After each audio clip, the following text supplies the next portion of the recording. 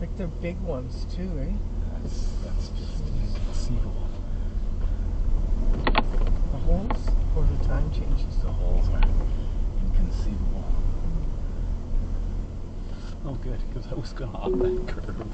I was going to up that curve if I couldn't get out of here because I was so pissed off with these parking lots here. Now where did you see that? That was over here somewhere, wasn't it? Where did you see the Tim Hortons? Right. Get a corner there somewhere. I saw it. I know, this is like hell. This is like some sort of, we're in a weird... Well, you know what? We can even get Look, there's even a gas station right a there. McDonald's. No, I mean, we just saw Tim Hortons. And we could just see it right there, kind of thing, you know? That's just insanity. I'm gonna back up a bit. I can get gas over here. Christ's sakes. This must be some sort of a Twilight Zone thing going on here. This is because there's so many points of view going on. But I saw it too. It's there. It's there. And we were both looking the same distance, same direction. Well, probably Steve. Okay, I'm gonna say something now, okay? Oh. Well, good morning again. This is the 23rd of May, and we're off early today. This is a record for us, 6:30 in the morning. Our trip today is about 4.5 hours. However, we're not really sure how our GPS is going to work because we're in the Twilight Zone here. First of all, we had a terrible time trying to find the hotel. There's 3 hotels jammed together, and I didn't know which one we were supposed to be going to. So, that was very confusing. And we had to drive around the buildings a little bit to find the right one. I finally had to look it up in my records to see which one we were going to. And then to try to get to it, we started heading out to the road where we could see a big sign for that place. Once I got out there, I realized that was just a sign on the highway and that the place was actually over on the other side of the car. So, that's fine. Now this morning we're getting ready to leave.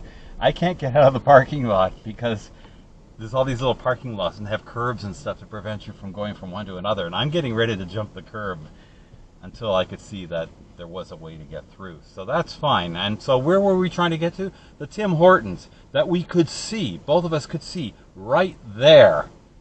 Maybe 50 meters away, even if that. So after we got out of the curbs, or out of the parking lot around these curbs, we started to head over toward the Tim Hortons, and now we can't find it. It's not there anymore.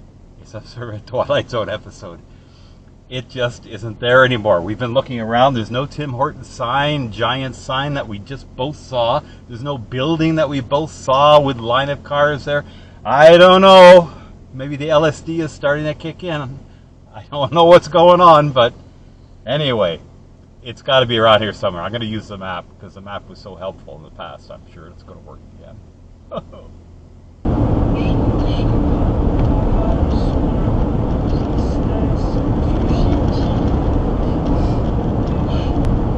Well, this is a typical Saskatchewan landscape. Rather beautiful today and dramatic with the clouds. And there's off to the right there's a factory or something putting smoke out. Everything just looks wide open. Horizons are so far. It's flat.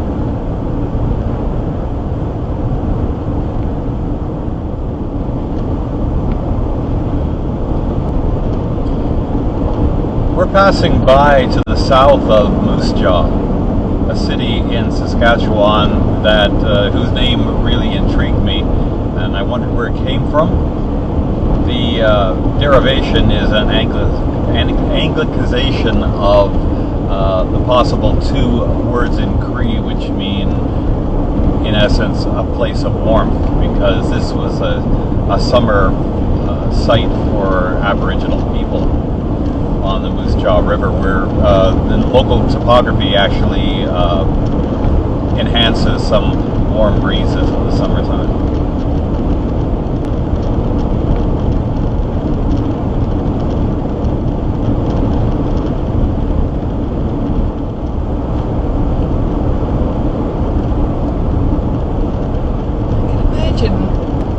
I can imagine waking up in the morning here after the morning coffee and looking outside as a newcomer and saying, yep, it's still as friggin' flat as it was yesterday.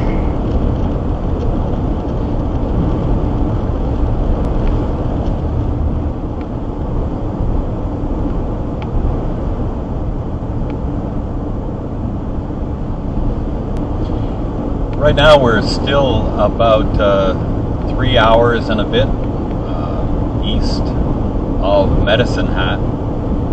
We are west of Moose Jaw, and the land is, as you can see, starting to roll.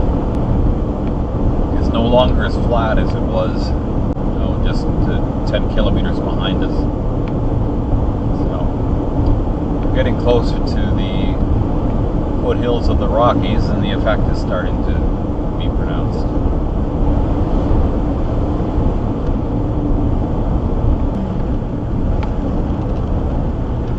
One thing that I've noticed in all the travels across northern Ontario and Manitoba and now Saskatchewan is a surprisingly large population of East Indian people that have settled in this area. Just about every hotel has East Indian staff, the restaurants, whatever. Some of the signage that you see on the sides of the road is in that language.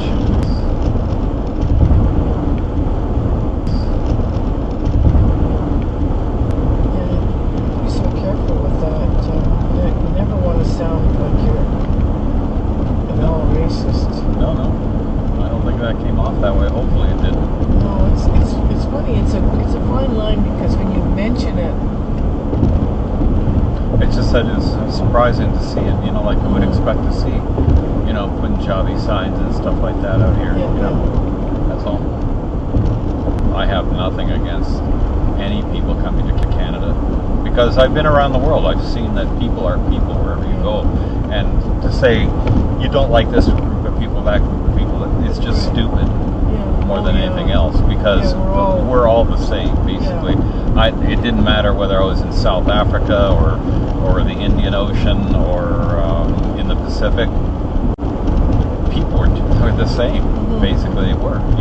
You do have your bad apples here and there, but they're really a small minority. Most people are friendly and social and want to get to know you and talk to you and stuff. I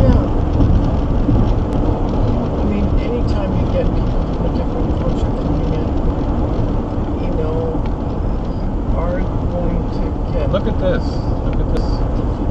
I think this is salt. I think this is salt production or salt. Yeah, these must be like settling ponds or something. Oh, we're on the shores of some great body of water here. I don't know what it is, but I'm curious.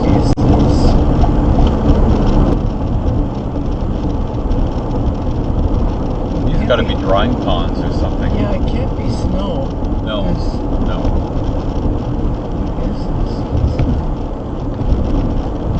Mining and minerals.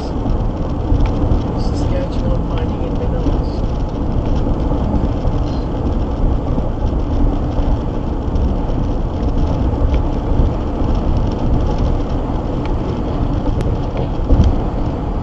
It smells like sulfur, but that's because of the earth. It certainly does. It look like snow. Holy cow! Even even that there's drifts. Yeah, so 850 scenery. What does it say there? Chaplin Lake Okay, so look up Chaplin Lake. deposits. Yeah, something like that. Mining near Chaplin Lake. Okay, I'm going to put that. Yep. Sustainable fertilizer that's low in chloride, making it safe to use on irrigated acres in greenhouses and on high-value crops. Huh? How do they get it? How is the sodium sulfate mined? Maybe that might be a good question. Was it sodium sulfate? Was that the... Just a minute. How is sodium sulfate mined? On the website static.ags.air.ca, they say, extraction of sodium sulfate may be achieved either by mining the permanent crystal bed, or from the brine. In the latter method, brine near saturation is pumped into open reservoirs during the summer. Okay, well those are big open reservoirs. Mm-hmm.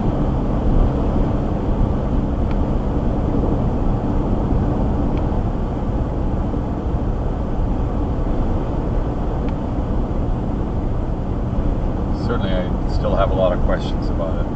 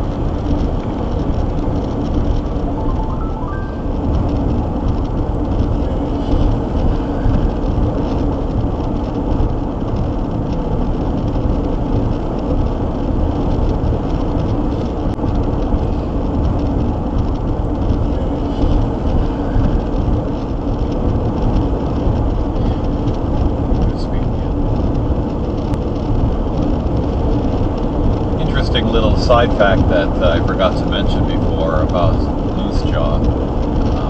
People who live in Moose Jaw are called Moose Javians.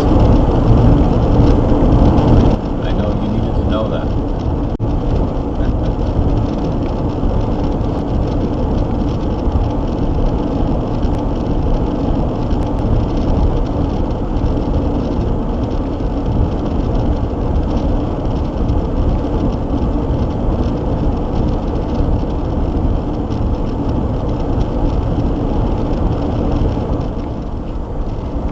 If there was a road closure, there are enough side roads and county roads and stuff like that, you'd be able to get around it. There'd be detours. You have to go around a gigantic field. Yeah. Well, I have to say, if you had to travel someplace long distance, this is the place to do it. The land is pretty flat. The road is in good condition. In fact, all the roads have been in good condition since we left Toronto. Except some of the roads need a little bit of line painting on them, line renewal. But you get places really fast at 110 kilometers an hour, as it is out here in the prairies, and there's not much traffic. So straight roads, little traffic, and high speeds. Well, you really do gobble up the kilometers pretty well.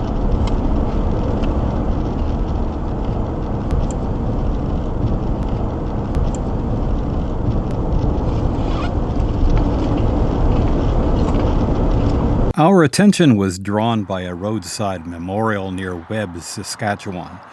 On May 28, 1980, a bus filled with Canadian Pacific rail workers was struck by an oncoming car, then rammed from behind by a tanker truck carrying liquid asphalt. Of the 30 workers, only 8 survived. It is still the deadliest traffic accident in Saskatchewan history.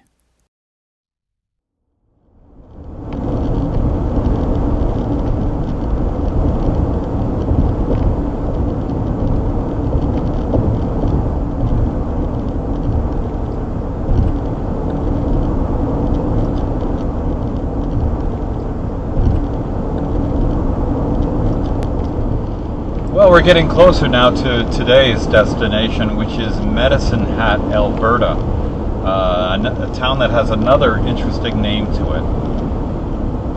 Where the name comes from is unknown really, but there is one theory that there was a battle between the Cree and Blackfoot nations, and retreating Cree were crossing the South Saskatchewan River when their medicine man accidentally lost his headdress into the water. So maybe that's a possibility for Medicine Hat. Medicine Hat was basically a transportation city for many, many years with the railroad and now the Trans-Canada Highway going through it. And they have a lot of natural gas reserves underneath it.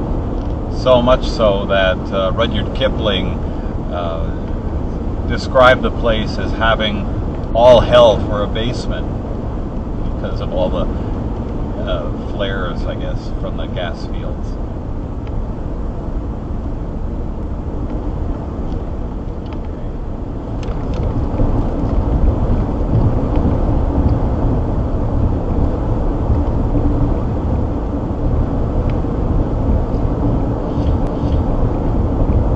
And now we are at the border between Alberta and Saskatchewan, going into Alberta. I just wanted to see if there was any kind of a sign about provincial law and seatbelts and stuff. So again, no real announcement that you've entered a new province. Except more signs about what you should and shouldn't do. Yeah. Anyway, we're here now. Out of Saskatchewan pretty quickly into Alberta on the way to Medicine Hat. Rest area. So that's 11. Did you want to stop there? No. So that's 11:33. Okay. Alberta rest area. So. Oh yeah. Welcome to Alberta. Oh, there is a welcome to Alberta sign. Okay. I stand corrected. Very good.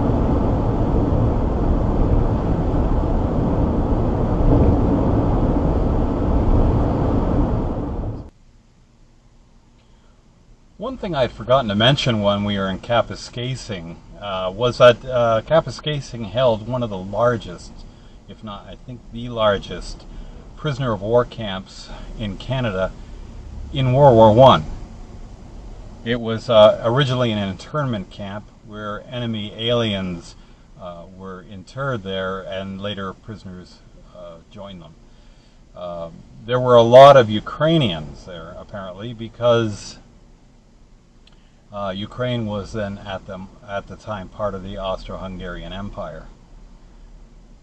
So, anyway, a fascinating story of that camp as well, which was very isolated because there were no roads in or out of Kapuskasing at the time. The only access was by railroad. So if a prisoner was trying to escape, they had a very difficult time indeed with hundreds of kilometers of marsh, forest, mosquitoes. And so I don't know if there were ever any successful escapes from that camp, but there would have been very few.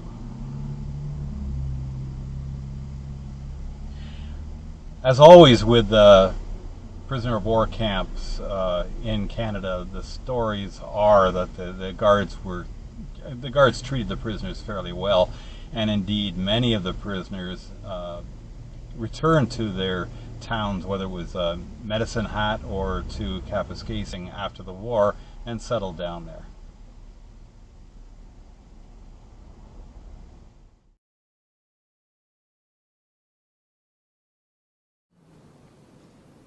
We're at the Esplanade Arts and Heritage Center in Medicine Hat.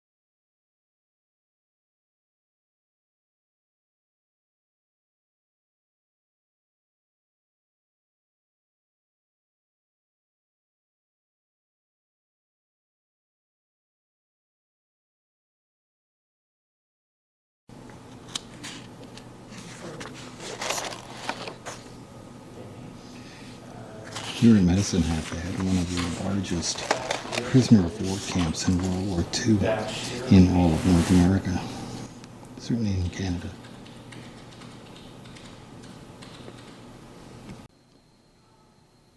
There were 10,000 German prisoners of war, and Italians too, in the camp just outside town.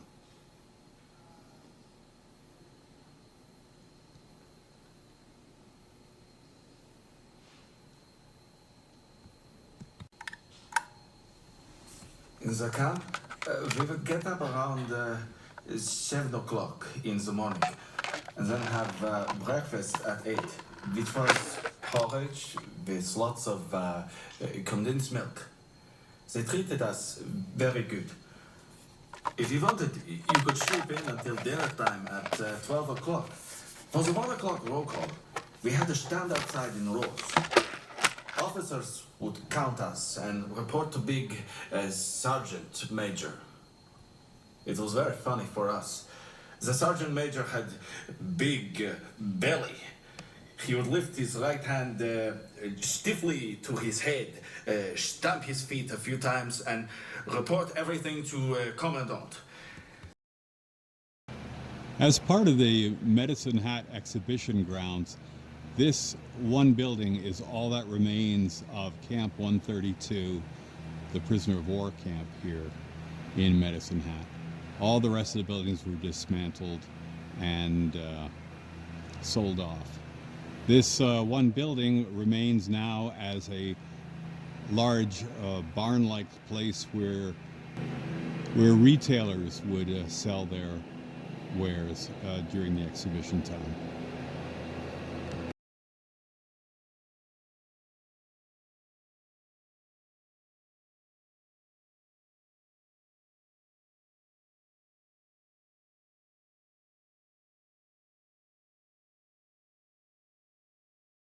Oh, we're going down into Echo Dale Regional Park in Medicine Hat. Oh, I do.